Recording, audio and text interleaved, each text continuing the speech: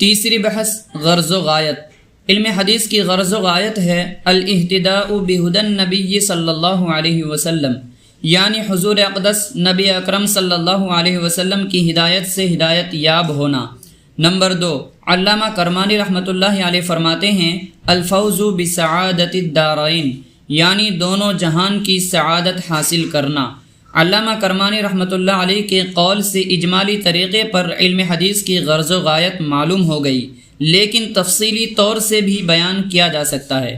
محققین کی تحقیق یہ ہے کہ علم حدیث کا اہم فائدہ یہ ہے کہ مشتغل بالحدیث میں صحابیت کی شان پیدا ہوتی ہے۔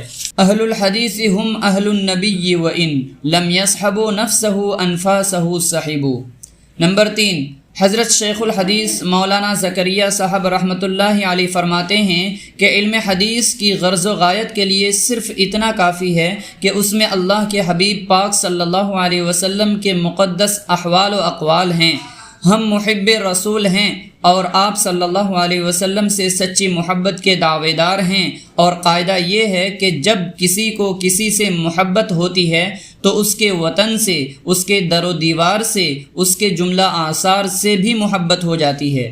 اسی کے تذکرے میں مزہ آ جاتا ہے۔ محبوب کا خط آ جائے تو کبھی چومتا ہے، کبھی آنکھوں سے لگاتا ہے، ایک ایک جملہ کو بار بار پڑھتا ہے اور ہر مرتبہ قند مکرر کا لطف حاصل کرتا ہے، اس کی ہر ادا پر مٹتا ہے۔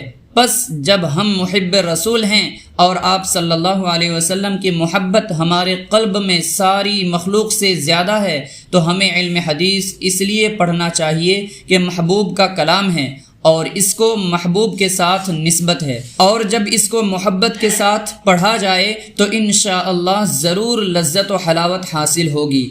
پھر حضرت شیخ یعنی شیخ الحدیث مولانا زکریا صاحب رحمۃ اللہ علیہ نے فرمایا کہ علم حدیث کی تعریف کا خلاصہ تدبر ہے، اور موضوع کا خلاصہ عظمت، اور غرض و غایت کا خلاصہ لذت۔ پس اگر علم حدیث کو تدبر، عظمت اور محبت کے ساتھ پڑھو گے تو انشاءاللہ غایت مرتب ہوگی، ورنہ جیسی نیت ویسی برکت۔ نمبر 4، مشتغل بالحدیث۔ حضور پرنور صلی اللہ علیہ وسلم سے خصوصی تعلق پیدا ہوتا ہے۔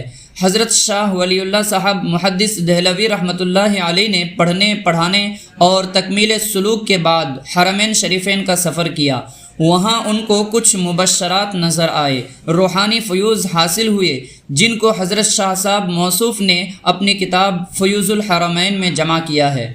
اس میں ایک جگہ لکھتے ہیں کہ میں نے حضور پرنور صلی اللہ علیہ وسلم کے سینہ مبارک کی جانب توجہ کی تو مجھے محسوس ہوا کہ نبی اکرم صلی اللہ علیہ وسلم کے سینہ مبارک سے نور کے خطوط یعنی دھاگے نکل رہے ہیں، اور ہر مشتغل بالحدیث کے قلب تک یہ نورانی دھاگا جا رہا ہے۔ پھر حضرت شاہ صاحب رحمۃ اللہ علیہ فرماتے ہیں کہ اے میری کتاب کے دیکھنے والوں، تمہارے لیے ضروری ہے کہ تم حدیث کا شغل قائم رکھو تاکہ وہ نورانی دھاگا یعنی نور کا کنیکشن تمہارے سینے کے ساتھ قائم رہے۔